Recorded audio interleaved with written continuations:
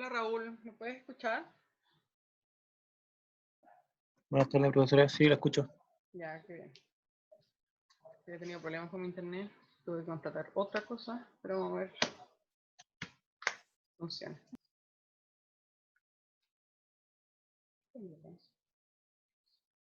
a esperar que llegue el resto de la gente y vamos a partir la clase.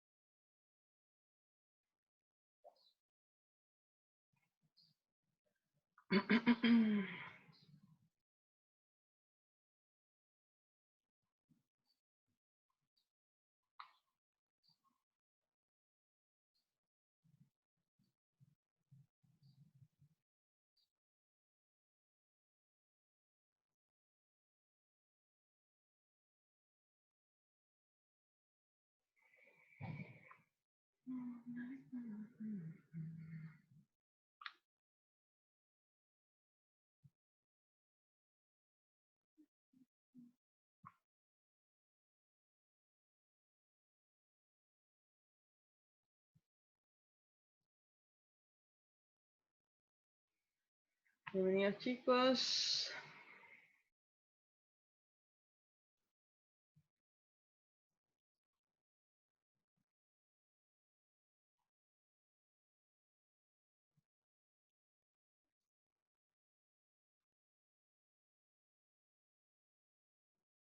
Hola Constanza, alguien que puso la cámara. Estoy conociendo recién a los alumnos. Hola. Todos apagan la cámara y yo no sé con quién estoy hablando. ¿Pueden ver el PowerPoint?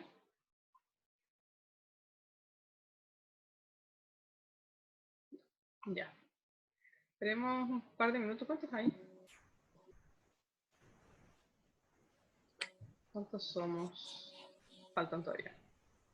Vamos a esperar un par de minutos y partimos la clase, ¿ya?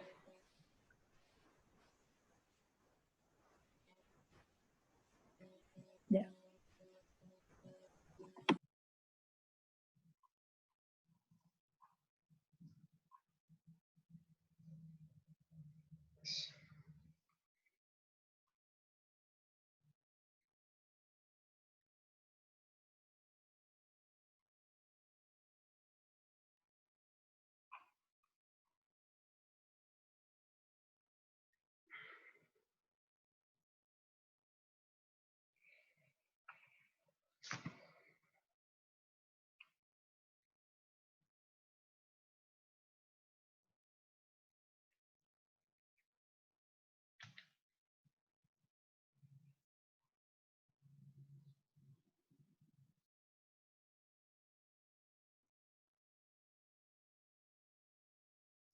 Seis.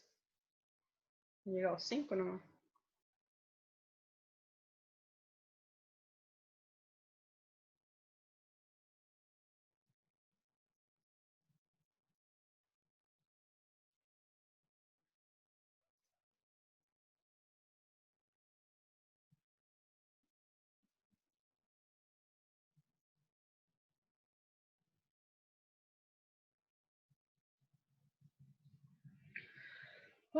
Ya.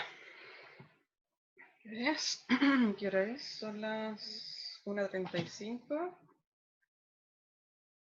Ya es hora buena, suficiente como para partir la clase. Somos poquitos, pero esperemos que en el camino se vayan uniendo. Bienvenidos chicos. Espero que hayan tenido una buena semana. Todavía nos queda. Vamos a seguir hablando de la geomorfología y de las bases, porque ahora lo que estamos hablando es como las bases. Recién hablamos como en la clase anterior como de relieves, pero a un nivel macro. Y ahora vamos a hablar un poco sobre la atmósfera. Tenemos que entender que la geomorfología, al igual que la geografía, va a estudiar todo lo que es relacionado con el relieve y lo que interactúa con el relieve, ¿cierto? Entonces estudiamos la capa superficial de la litósfera y todos los procesos que interactúan con ella. Y en eso está la hidrósfera y la atmósfera, ¿cierto? O sea, todo lo que nos está rodeando. Entonces, para los que no me conocen, los que están recién llegando a las clases, no los culpo porque ha sido un principio de semestre difícil. Mi nombre es Fabiola González, soy geóloga de la Universidad de Chile. Ahí debía haber cambiado el mail. Ya la institución, la universidad ya me entregó un mail institucional y después se los voy a pasar. Recién ayer como que pude entrar a Moodle y estoy acomodándome a cómo funciona, así que téngame paciencia. Perdón. Entonces, para con la lengua muy trabada. Recapitular un poco, la geomorfología es una ciencia que va a estudiar, como les dije, el relieve terrestre. Y este va a depender de agentes geológicos, de la litología en sí y de las estructuras que estén, ¿cierto? Los agentes geológicos van a ser externos e internos. Los internos va a ser la litología, como le dije, que la condiciona la litología, y los componentes internos de la Tierra, y los agentes externos, que va a ser el clima, y la atmósfera y la hidrósfera, que lo estaba contando yo anteriormente, ¿cierto? Entonces, ¿qué es la atmósfera?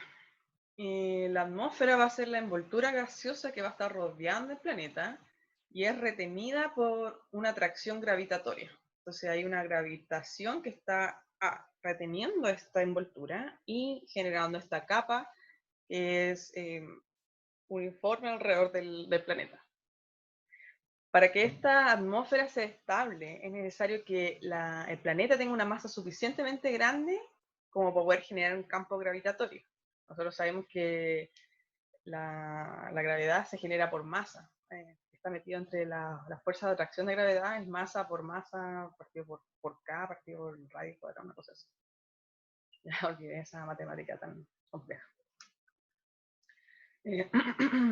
Recuerden que en el chat lo pueden usar si quieren escribirme algo, si no se está escuchando o algo así. Entonces, tenemos que es necesario la gravitación para poder generar, contener esta masa de aire y que las partículas gaseosas no estén sometidas a temperatura elevada. ¿Qué pasa cuando la temperatura es muy elevada de una partícula gaseosa? Tiende a elevarse, tiende a subir. Es como cuando uno llena un globo, esos globos aerostáticos o esos globos que salen a pasear, lo llenan con aire caliente. ¿Por qué? Porque el aire caliente tiende a elevarse porque tiene menos densidad que el aire frío. Entonces necesitamos regular la temperatura y la fuerza de gravedad. La temperatura de estos gases va a tener una relación directa con lo que es el efecto invernadero. ¿Ustedes saben lo que es el efecto invernadero?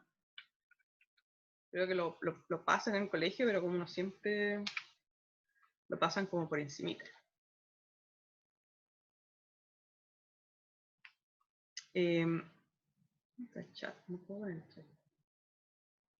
Ya, entonces se denomina el efecto invernadero al fenómeno donde determinados gases, que son los gases de efecto invernadero, que son componentes de la atmósfera, retienen parte de la energía que el Sol emite por haber sido calentada por la radiación solar. Entonces tenemos radiación que llega a la Tierra y esta radiación una es absorbida y después reflejada, ¿cierto? Parte de energía reflejada y parte absorbida. Y afecta a todos los cuerpos planetarios dotados de atmósfera. No sé si saben, pero los otros planetas también tienen distintas atmósferas, pero con distintos gases.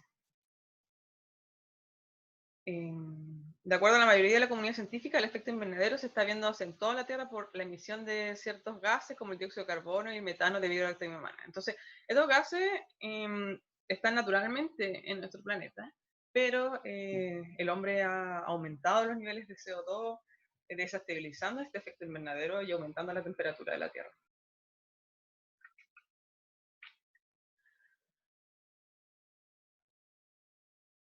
Ya. Entonces, como les dije, este fenómeno va a evitar que la energía solar que es recibida por la Tierra constantemente se vaya de inmediatamente al espacio. Porque, ¿qué pasa si si se reflejara completamente? Tendríamos una Tierra demasiado fría que no sería posible la vida humana. Esto es lo mismo que hace un invernadero que uno, no sé, que hay gente que tiene en su terreno, la gente que en el valle de repente uno puede ver así invernaderos que están tapados por plástico. Eso es ese plástico que ponen en los techos para plantar adentro de ellos genera este efecto invernadero también. Digo, como dice la palabra, genera efecto invernadero. Y retiene la energía solar. Eso lo ocupan generalmente cuando hay muchas heladas, cuando en la noche baja mucho la temperatura, especialmente en el valle. Esa capa de plástico que hacen hace que guarde calor y haya un ambiente estable para el crecimiento de las plantas. Y pasa lo mismo en la Tierra. Hay un ambiente estable para que nosotros podamos existir. Sin esto, sin este efecto, nosotros no habría vida en la Tierra.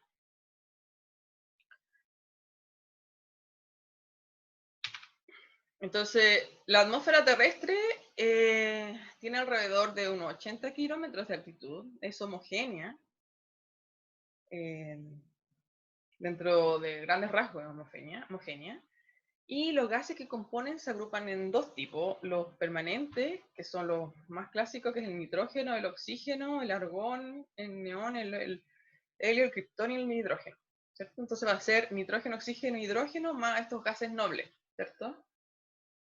Y los gases variables, que eso van a ir dependientes del ciclo en que estén, ¿sí? O en el lugar donde estén, donde va a estar el vapor de agua, que es muy importante, que tiene un gran porcentaje dentro de los componentes atmosféricos, el dióxido de carbono, el metano, el óxido nitroso y el ozono. Nosotros sabemos bien que el ozono es importante. O tres. Lo siguiente. Bueno, dentro de estos gases se encuentran los gases de efecto invernadero. Estos gases vienen de orígenes naturales y antrópicos, como mencioné anteriormente, que absorben y emiten radiación en las determinadas longitudes de onda del espectro de radiación infrarroja emitido por la superficie de la Tierra. El vapor de agua, en este caso, H2O, water, dióxido de carbono, óxido nitroso, el metano es producido por CH4, es producido por materia viva, ¿cierto? Los gases que emiten las vacas y todo eso. Y el ozono. Son los principales gases del efecto invernadero en la atmósfera terrestre. ¿Qué es lo que pasa con las emisiones de la industria y de las emisiones de los autos, de las fábricas en general? Emiten mucho dióxido de carbono en sus procesos.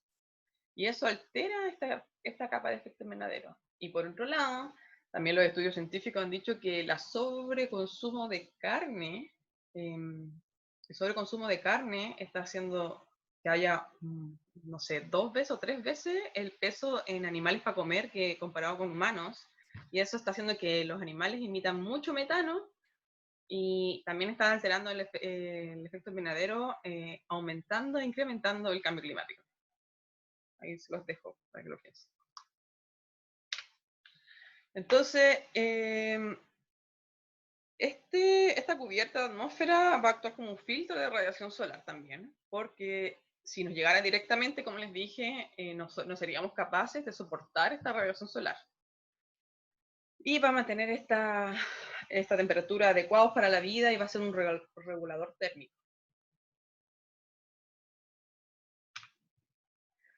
Bueno, y la atmósfera terrestre está compuesta por capas. Tiene distintas capas, no es homogénea, pero en sí tiene distintas capas que tienen distintas propiedades. Vamos a ir desde abajo hacia arriba. Abajo tenemos la troposfera, que es hasta 12 kilómetros, con un espesor variable, donde va a ser más en los ecuadores y menos en los polos. Sabemos que el polo está más achatado, entonces todo va a ser como menos. Y va a contener el 80% del aire. Acuérdense que el aire es la mezcla de todos estos gases que mencioné anteriormente. Uno siempre cuando dice necesito aire piensa como en oxígeno directamente, pero el aire es oxígeno, es vapor de agua, es nitrógeno, hidrógeno, etc. Y es turbulenta, se producen los fenómenos meteorológicos, que nosotros vamos a hablar más adelante. Aquí hay temperatura y aquí hay presión. Entonces aquí mientras sube la troposfera va a empezar a disminuir su temperatura. Aquí está la capa de ozono y vamos a llegar a la capa de la estratopausa, donde el aire es más escaso y es seco. Es seco porque todos los fenómenos meteorológicos y donde va a estar la mayor cantidad del agua, el vapor de agua, como dice acá, va a estar abajo. Entonces todo lo de aquí para arriba va a ser más seco. Y presenta una capa de ozono, que es la ozonósfera, que es la capa de O3, a unos 20 a 30 kilómetros de altitud y responsable de la absorción del 99% de la radiación ultravioleta procedente del Sol. Y esto se llama su límite superior es la estratopausa. Ya, entonces, por eso es muy importante la capa de ozono y nosotros siempre estamos tratando se habla sobre proteger la capa de ozono y no ocupar aerosoles que afectan la capa de ozono, porque al haber hoyos en la capa de ozono, de hecho hace poco descubrieron uno gigante, al haber estos hoyos hace que la temperatura pase más directamente y aumenta los niveles de temperatura en la Tierra, incrementando el cambio climático. La mesósfera luego viene, bueno, aquí como ven, baja la temperatura, después empieza a subir, después vuelve a bajar a la mesósfera. No sé si han visto en las películas cuando van en el espacio y los astronautas están así como que se congelan. Bueno, dato de explico. Entonces está la mesósfera, el descenso de la temperatura hace que baje la densidad del aire, produce turbulencia y movimiento de mezcla con componente químico. En esta capa se desintegran la mayoría de los meteoritos, produciendo las estrellas fugaces. Entonces vienen los meteoritos o las estrellas muertas, llegan a esta capa y ya se desintegran y son las estrellas que nosotros vemos las fugaces. Porque esas estrellas fugaces que nosotros vemos no llegan a la Tierra, a menos que sea un meteorito que uno ve que atraviesa la estratopausa, la troposfera, y uno ya ve que están llegando al cielo, ya es un meteorito.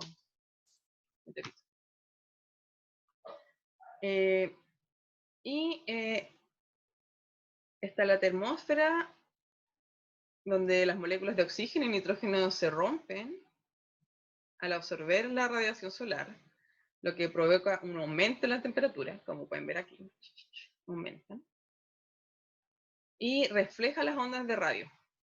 En esta capa es donde se generan las auroras boreales. Las auroras boreales son cuando choca el campo magnético con esta capa. Nosotros sabemos que la Tierra es un dipolo, que tiene un polo arriba y abajo, excepto los polos, ¿verdad? Y esto genera una radiación que es como de polo a polo, en síntoma de la Tierra, ¿cierto? Son altas capas de magnetismo. Y ese magnetismo, cuando choca con esta capa, va a generar las auroras boreales con la termósfera. Y finalmente tenemos la exósfera, que ya en los 2000 kilómetros, 600, 2000 kilómetros, y está formado por una capa de hidrógeno y de hielo. Es una zona de transición entre la atmósfera y el espacio exterior. Ya eso es ya al final, cuando ya vamos a entrar a gravedad cero, donde ya no hay aire. Como ven, la presión en general en las capas empieza a aumentar la presión mientras subimos en la atmósfera. ¿Por qué? Porque mientras más alto, pues vamos a disminuir la presión. Sí, ya ven. Vamos a disminuir la presión porque al haber, cuando estamos en la superficie de la Tierra, tenemos una capa de aire sobre nosotros. Esa capa de aire va desde mi cabeza hasta el tope de mi troposfera. Entonces, cuando yo estoy parado a nivel del mar, voy a tener una capa gigante de aire sobre mí, que va a hacer que tenga una presión mayor. Pero ¿qué pasa si yo subo el Everest? Si yo subo el Everest, voy a estar sobre 8000 metros, ¿cierto? Que es la montaña más alta.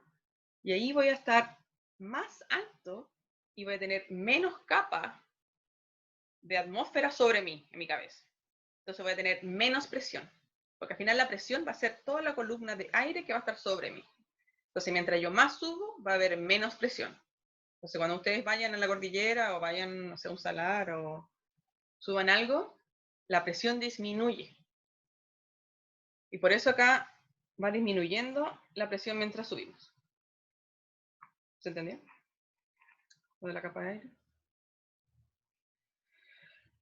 Ya. Vamos a avanzar. La atmósfera terrestre, en la troposfera, el aire está en movimiento. Ahora vamos a dedicarnos más a la troposfera. Eso sería como lo más macro. Siempre vamos a tratar de avanzar de lo macro a lo micro. Entonces, lo macro era toda esta división y lo micro vamos a hablar sobre la troposfera en sí. Esto origina fenómenos atmosféricos o meteoros que se agrupan en 5 tipos. Están los acuosos, que son las lluvias, llovizna, nieve, granizo, niebla, escarcha, todo lo que sea agua en distintos estados. También está de polvo, que son humo, ventiscas, tempestades de polvo, remolinos de polvo. De viento, que son las trombas que pasaron en el sur, en Conce, las trombas marinas, los torbellinos de viento, tornados, turbonadas, ciclones tropicales, etc. Estos no eran muy conocidos acá en Chile, pero es porque no había estado tan registrado, pero sí han habido antes y ahora volvió a haber. La tromba con los tornados no cambia mucha diferencia, solamente que uno viene del mar y el otro viene desde la tierra. Los eléctricos, que son las tormentas, los relámpagos, truenos. El trueno es el sonido, recuérdense, el relámpago es la luz. Por eso el sonido se demora más en viajar, tiene menos velocidad que la luz. Por eso siempre se ve la luz primero y después el sonido. Y los ópticos, que son los halos, los arcoíris, la irisación de nubes, espejismo, etc. ¿Cierto? Al final eso es óptico nomás, del reflejo de la luz pasando por algún gas, por algún vapor de agua. El arcoíris es la refracción de la luz, que nosotros sabemos que la luz está separada en varios espectros y nosotros la vemos como blanca, pero si la separamos pasando por un prisma, o en este caso son gotas de agua, van a hacer la separación de la luz, que son todos los colores que podemos ver en el arco iris. Hablé muy rápido, parece.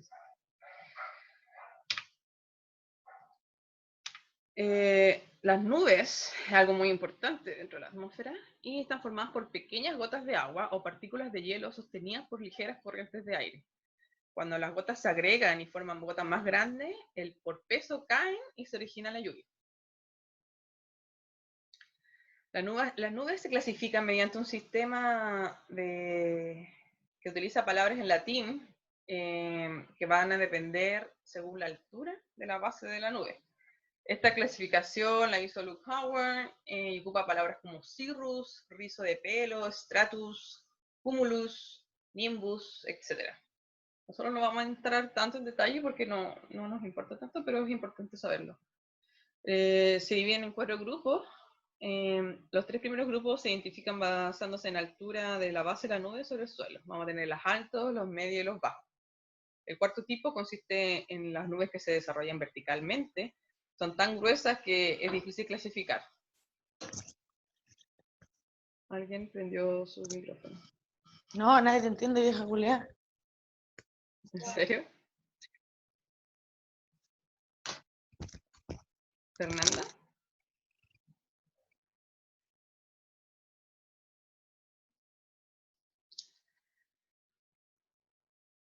Bueno, que falta de respeto, pero vamos a seguir con la clase. Tienen el chat del grupo del Zoom para hacer las preguntas pertinentes si es que tienen dudas. Por favor, los incito a ustedes que hablen y pregunten si es que hay algo que no estoy hablando muy rápido o no tiene sentido. Vamos a seguir después de esa intervención de la compañera. Entonces aquí podemos ver que las nubes van a ser estas minúsculas gotas y las gotas más grandes van cayendo y se forman la lluvia.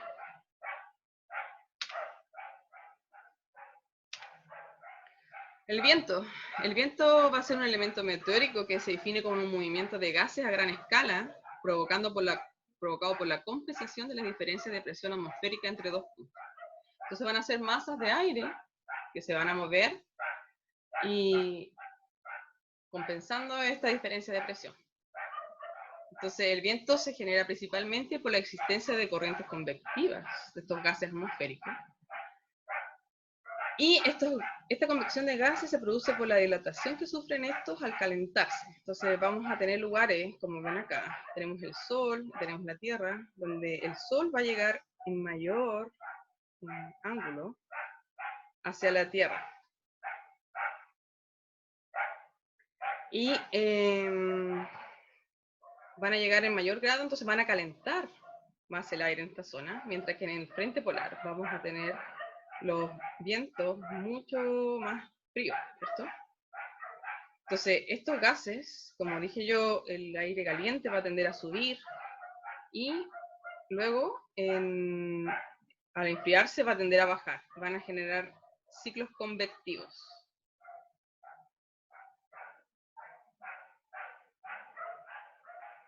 Entonces, por eso dice las corrientes convectivas del ecuador terrestre son las más importantes debido a la alta insolación que existe en esta zona.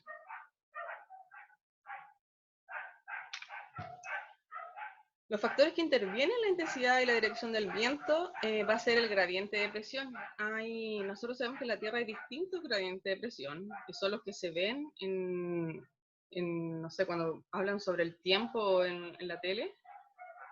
Siempre dicen zonas de alta presión y zonas de baja presión, y eso es un sistema dinámico que va cambiando, porque si bien la atmósfera es homogénea, van a haber sectores donde va a cambiar el volumen y va a haber mayor volumen, mayor presión, mientras menor volumen va a haber menor presión.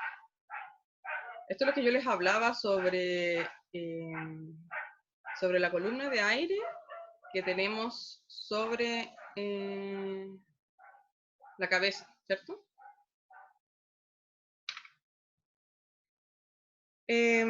Bueno, también otros factores que intervienen en la intensidad va a ser la fuerza de Coriolis. La fuerza de Coriolis es la fuerza que se genera por el movimiento que tiene la Tierra sobre su eje. Entonces, la Tierra se va a estar moviendo y esa fuerza, ese movimiento de la Tierra va a generar un movimiento también en las masas de aire. Entonces van a afectar en la intensidad y en la dirección del viento. Este movimiento de Coriolis es máxima en los polos y va a ser nula en el ecuador.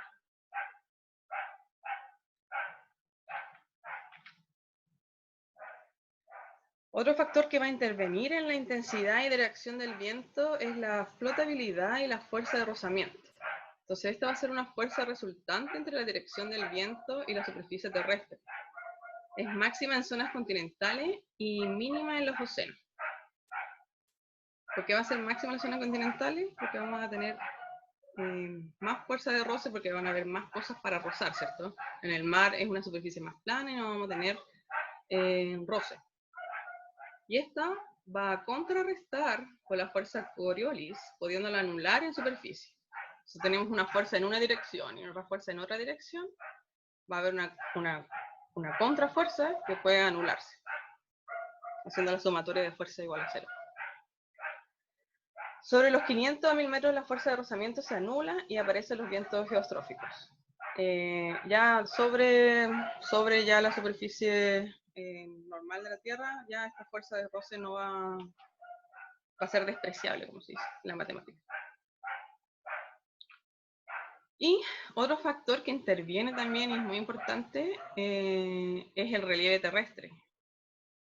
Nosotros nos va a importar bastante porque nosotros estudiamos el relieve terrestre y sabemos que va a afectar a las masas de aire cuando van a chocar, no sé, pues, con la cordillera o van a chocar con una quebrada. No sé si alguno ha ido al valle y sienten como que en la tarde entra un viento. Ese es un viento que se mete por la quebrada desde el mar y es un viento fresco. Pasa lo mismo en Copiapó, en ríos que son exorreicos, o sea que se liberan hacia el mar. Estas masas de aire del mar tienden a entrar por la quebrada hacia adentro, refrescando un poco el ambiente. Pasa también en Fray Jorge, que es donde hay un microclima. Espero que hayan ido a Fray Jorge, si no, es un lugar que tienen que ir porque está al lado. En Fray Jorge se genera un microclima que que es el choque de estas masas de aire desde el mar que vienen cargados en agua, que chocan con la cordillera, precipitando el agua y generando todo este bosque tipo valdiviano que existe ahí, donde hay mucha humedad. Entonces, todos estos vientos van a ser súper afectados, como la dirección especialmente. La dirección del viento van a ser afectados al final, como ven aquí en esta figura, cómo la topografía va a cambiar la dirección, porque se va a ir ajustando hacia dónde por dónde va viajando.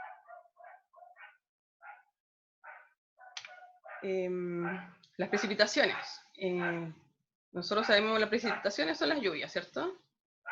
Y es cualquier producto de la condensación del vapor de agua atmosférico. La precipitación puede ser lluvia, rocío, granizo, nieve, y que se deposita en la superficie de la Tierra. Ocurre cuando la atmósfera se satura con el vapor de agua, el agua se condensa y se separa de la solución. Y al condensarse va a precipitar. El aire, ¿cómo se puede saturar? Existen dos procesos, por enfriamiento y añadiendo humedad. Entonces, uno puede ser la humedad, ¿cierto? Que un volumen de aire puede mantener antes que se sature, que va a depender de la temperatura. El aire cálido tiene capacidad mayor para mantener la humedad que el aire frío. El punto de rocío del aire es la temperatura en la que un volumen de aire tiene que enfriarse para que se produzca su saturación. Entonces, el punto para que se sature va a ser la temperatura en que se enfríe. Algunos mecanismos de enfriamiento de aire incluyen enfriamiento conductivo, que el aire se mueve sobre una superficie fría y por transmitividad de calor, que ustedes ya deberían saber, o si no lo van a saber, que si yo tengo en contacto dos cosas con distintas temperaturas, va a haber transmitividad de calor y va a tender a equilibrarse. Ese es el enfriamiento conductivo. Está el enfriamiento radiacional, que el calor se irradia hacia el espacio por la noche y enfriándose el aire de acá. Y el enfriamiento evaporítico. La temperatura del aire baja cuando el agua líquida usa la energía para cambiar a fase de calor, a fase de vapor. Eso es cuando hay cambios de fase, siempre hay liberación de energía.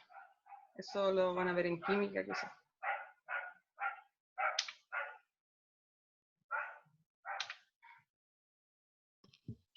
Hola, profe, disculpe. Dime. Profe, que llegué tarde a su clase porque yo había visto que en el correo decía 2:30. Eran las 1:30, pero no te preocupes porque esta clase está siendo grabada y voy a subir a Ya, YouTube. Así es que sí, que, ahora estoy revisando el correo y acá dice 2:30. 8 de abril 2020, 2:30 que p.m. ¿sabes qué pasa? Es que con el cambio de hora, Zoom no cambió la hora. Y Ah, le ya. había dicho 2:30. Sí, yo igual, la primera vez, no, el lunes cuando hice otra clase, mandé el link y me di cuenta de eso y ahora no me percaté. Pero habíamos quedado que iba a ser en la misma hora. Pero Ya, sí, cualquier profe. inconveniente, no se preocupen con el tema ¿cómo se llama? De la asistencia, porque la idea es que igual pueden verlo en YouTube. Esto lo voy a subir. Ya. Así que disculpen Ya, por profe. ese tema, porque es un tema, fue el tema del cambio de la hora, que parece que Zoom no lo habilitó. Ya, perfecto, gracias. Ya, entonces vamos a seguir. ¿Cómo se va a saturar el aire? Entonces también dijimos que iba a ser por la temperatura, y la otra forma de saturar el aire es añadiendo humedad. Entonces vamos a tener un aire con cierta cantidad de agua y le agregamos más agua y ya este aire no va a poder soportar el peso de esta agua. Entonces, ¿qué es lo que va a hacer? Va a caer. Entonces, como pueden ver aquí, sube el agua porque tenemos un ciclo del agua, ¿cierto? Que el agua se evapora, nube, precipita y así es constantemente.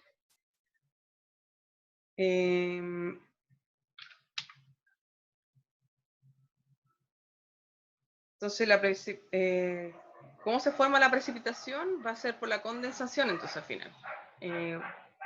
Se empieza a formar cuando asciende el aire cálido y el húmedo. Y cuando se enfría el vapor, empiezan a condensarse los núcleos de condensación, formando nubes, y después estas gotitas aumentan en su tamaño, como dije recién, y va a caer. Está la coalescencia, donde se funden estas gotitas para crear unas gotitas más grandes, o cristales de hielo se juntan.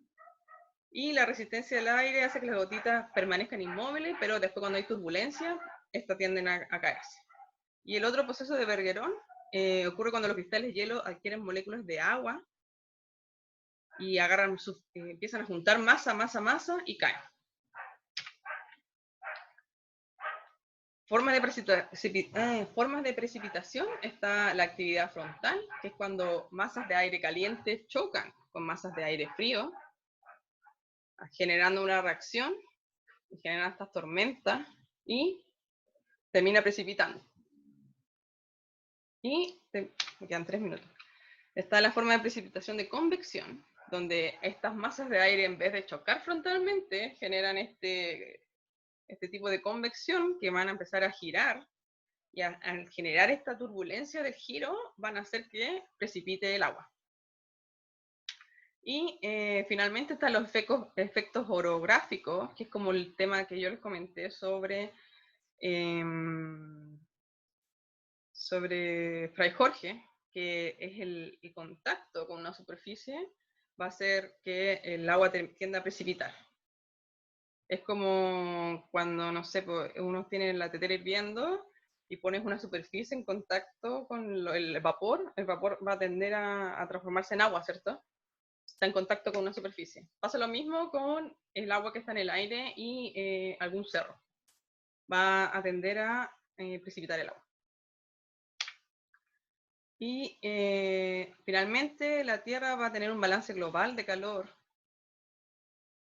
que hace que la energía solar absorba, como hablamos recién en el efecto invernadero, absorba, se refleje y también se refracte, que es la parte más difusa.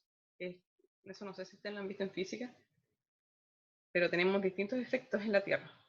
Y va a ser un balance de energía que va a ser desde la Tierra y la atmósfera, generando este efecto invernadero que les mencioné anterior. Bueno, clase super flash porque es mucha materia que tengo que pasar y la clase se me va a cerrar en 1 minuto. Yo les voy a subir esta clase y les voy a dejar una lectura obligatoria que es de 3 hojas. Está en español, así que no debería ser difícil. Ya se la subí al aula virtual, dice lectura obligatoria, la pueden leer. Y voy a abrir un chat o un foro ahí por si tienen dudas en esta clase, porque esta clase se va a cerrar en 30 segundos. Así que eso, chicos, gracias por estar. Disculpen a los que les llegó la hora mal, pero eso fue un problema de Zoom. Pero de todas maneras voy a subir esta clase a YouTube. Así que ahí nos vemos. Profe, entonces mañana la clase es a la 1:30. Sí, siempre las clases van a ser a la 1:30. Sí. Perfecto. Sí, para que Ya, chao. no tengamos más confusiones. Ya, chao chicos, que Ya, estén bien. que esté bien. Chao. Nos vemos mañana. Si tienen dudas, escríbanme. Yo siempre estoy dispuesta a recibir dudas y a contestárselas. Así que escríbanme nomás. Voy a abrir un foro en el grupo, en la aula virtual. Ya se va a cortar. Chao. Chao, profe. Chao. Chao, profe.